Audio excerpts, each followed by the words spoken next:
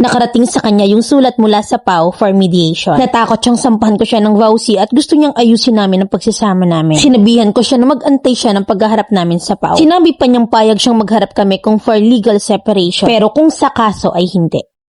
Isang beses ay pinayuhan ako ng doktor na mag-spend ako ng bakasyon sa kampo kung nasa ng asawa ko para makabuo na kami at magkaanak na. 2 beses na akong nabuntis at 2 beses na rin akong nakunan. Kaya't sinabi ko sa asawa ko na titira ako sa kanya ng 1 buwan. Excited naman siya nung sinabi ko yon, pero nung araw na bago ako pumunta sa kanya ay may konti kaming hindi pagkakaintindihan. Kaya't sinabi ko sa kanya na hindi na lang ako pupunta sa kanya at hindi naman siya umimik. Kinabukasan ay sinurpresa ko siya sa kampo dalang mga gamit ko. Medyo natuwa siya nung makita niya ako pero nagtatanong na ba't daw hindi ko sinabi na darating ako. Sabi ko, surprise. Sabi niya, busy raw siya at marami daw siyang tatrabahuhin. Nagtataka ako na 3 days na ako sa kampo, hindi pa rin niya ako ginagalaw. Samantalang dati pag nagkikita kami, agad niya akong dinadakma. Napansin ko rin na hindi na rin niya iniiwan yung phone niya sa kubo kahit na magsisira siya ay dala niya to. Until one time ay naliligo siya at naiwan niya yung phone niya sa higaan. Inopen ko to at may nabasa akong kachat niya sa Signal app niya na nag-I love you sa kanya. At nakita ko rin yung picture niya sa isang pink na room ng isang sundalo. Kaya ang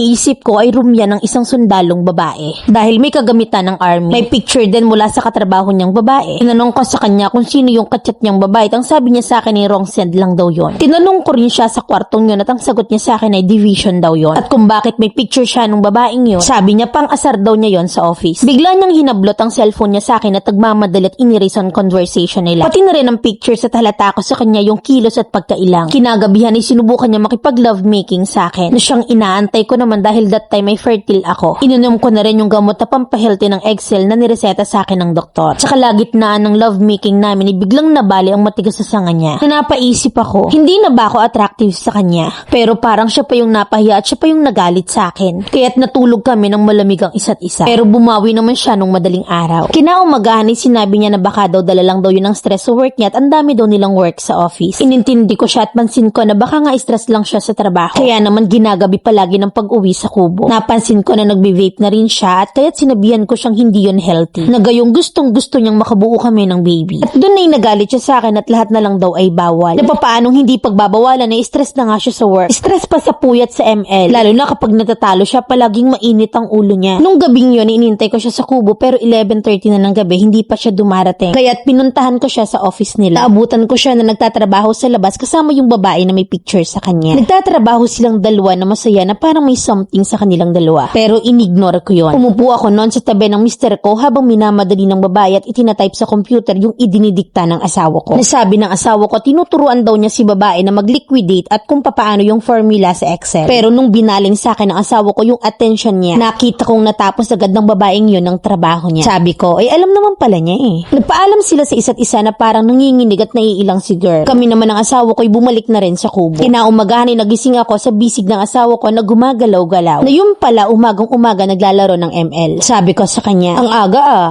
Nagalit siya at nagmura, tinaasan niya ako ng boses. Kaya't sa galit ko, sinagot-sagot ko siya. Nahihiya siguro siya na marinig kami ng tropa niya at sinabi niyang umuwi na ako. Kaya't umuwi na nga ako at binasag ko yung vape niya. Hindi ko siya tinext at binalak ko siya ng 2 weeks. After 2 weeks ay umuwi siya sa bahay at pangiti-ngiti at nakikipagmabutihan. Hindi daw niya kaya na wala ako. Naging okay kami ulit pero nasasaktan pa ako sa ginawa niya. 1 day lang siya nun sa bahay at bumalik na rin kinabukasan. Simula nun ay hindi na ako nag-chat sa kanya kung hindi rin siya mag-chat sa akin. Makalipas ang 1 linggo, sinabi niyang pagod na raw siya at maghiwalay na lang daw kami at magpirmahan ng legal separation. Nagulat ako sa mga sinabi niya at iyak ako ng iyak at nagmamakaawa na ayusin namin to pero ayaw na niyang talaga. Hindi ko ugali na magmakaawa ng atensyon at pag-ibig sa isang lalaki pero ginawa ko. Hanggang sa pinayuhan ako ng katrabaho ko na puntahan ko yung asawa ko at makipag-ayos. Pero pinagtabuyan niya ako at pagdating ko sa kampo, pinandidirihan niya pati yung kamay ko na merong pompolex sa eksema. Na baka raw mahawaan ko siya kasi daw ay monkeypox daw yun. Iniwan niya ako sa kubo na umiiyak. Maya-maya bumalik siya. Kala ko hindi niya kaya na makita akong umiiyak at nasasaktan pero yung pala, bumalik siya para mag-sanitize ang alcohol. Inaantay ko siyang bumalik ng lunch pero nag-lunch na pala siya sa office. At pagbalik niya nagulat siya kasi nandito pa rin ako. Sinabi niyang umuwi na raw ako at wala daw mag-aalaga sa akin. Ni hindi man lang niya tinanong kung kumain na ako at umalis din siya agad at bumalik ng office. Ang payo sa akin ng senior niya ay antayin ko lang daw at mamaya lalambot din niya. Antay Hinintay ko siya hanggang mag-midnight at saka lang siya bumalik ng kubo. Gulat pa rin siya kasi nandito pa rin ako. Pinapalayas niya ako at ayaw niya akong tabihan. Na magiging miserable lang daw yung pagsasama namin kung ipagpipilitan ko. Kinaumagahan, umuwi ako at pumasok ako ng trabaho. Na kahit na nga masakit yung puso ko. Pansin ng mga ka-workmate ko na namumugto yung mga mata ko at kaya pinayuhan nila ako na wag magpakita sa mga estudyante ko. Everyday ko siyang chinachat at ang dami kong miss calls pero ini-ignore niya yon. Then after 2 weeks ay nabasa ko yung convo nila ng katrabaho niya. Yung mismong babae na may picture sa kanya. Yung babaeng naabutan kong kaharap niya at katrabaho niya kahit na nga kalagitnaan na ng gabi. Nanginginig ako kasi nabasa ko na may relasyon sila at love pa yung tawagan nila sa isa't isa. Inaaway pa siya ng babae at gustong i-erase yung mga picture ko sa cellphone ng asawa ko. Sagot naman ng asawa ko, i-erase mo kung gusto mo. Na parang gumuho yung mundo ko sa mga nabasa ko at nagpapalitan pa sila ng I love you. Kalagitnaan ng gabi, inaaya ng asawa ko na matulog na sila. At alauna ng madaling araw ay nahinto yung conversation nila. Hindi ako makatulog sa kaiisip at kung ano nang nangyayari sa kanila. Kubo ba niya pinapahiga yung babae niya? Yung kama ba na binili niya para sa amin ang ginagamit nila? Hanggang sa napansin ko na maliwanag na sa labas at naligo ako at pumasok na ng school. Naikwento ko sa mga katrabaho ko yung nadiskubre ko at pinayuhan nila ako na magpunta sa PAW. Nakarating sa kanya yung sulat mula sa PAW for mediation. Agad niya akong pinuntahan sa school about sa sulat. Natakot siyang sampahan ko siya ng vowsy at gusto niyang ayusin ang pagsasama namin. Pinabalik ko siya ng kampo at sinabihang mag-antay sa date sa pagharap namin sa PAW. Sinabi niyang payag siyang magharap kami for legal separation pero kung sa kaso ay hindi. Kumonsulta siya ng private attorney at willing siyang labanan ako. Na-realize niya siguro na magagastusan siya kaya sinikap niyang makipag-ayos sa akin sa harap ng abogada sa PAW. Hindi kami nagkaayos kasi ramdam kong nakikipag-ayos lang siya dahil sa isasampa kong kaso. Nakiusap na rin sa akin yung mama niya na magkaayos kami. Pinatawag din ako ng commander batalyon nila para pag-ayusin kami. Nagmamakaawa siya sa parents ko at nakita kong nangangayayat siya sa sobrang stress. Nagmamakaawa rin siya na wag kong ituloy ang reklamo sa kabit niya. Nangako siyang magbabago at binigyan niya rin ako ng access ng lahat ng social media account niya. Pinatawad ko siya, hindi ako nagsampa ng kaso laban sa kanilang dalawa. Pero hindi ako pumayag na magkasama pa rin sila sa isang lugar na nagtatrabaho. Kaya't ni-reassign siya sa ibang lugar. At imbes na magpasalamat ay hindi ko tinuloy yung kaso. Nagalit pa siya sa akin na bakit daw pinare-assign ko pa siya sa liblib na lugar. Sa ngayon ay umuwi siya sa akin nung Pasko nung first break. Nagsorry siya sa mga ginawa niya, tasaktan niya ako. Hindi daw totoo na mahal niya yung kabit niya na mas maganda daw ako kaysa doon. At walang-wala daw yun para sa akin. Pero nakita ko sa post niya na nagno-notif pa rin yung post ng kabit niya kahit na hindi naman niya to pina-follow. May mga heart reaction din siya sa post ng kabit niya na sinasabi niyang pangit. At may kawork pa siya na palagi niyang hina-heart yung post. At isang beses ay nag-comment pa siya doon ng idol. Pa-advise naman ako, Mamily, na kung tama ba yung naging desisyon ko na binigyan ko siya ng second chance. Na parang nagsisisi ako na parang hindi na siya magbabago. Letter sender, legal wife ng Northern Samar.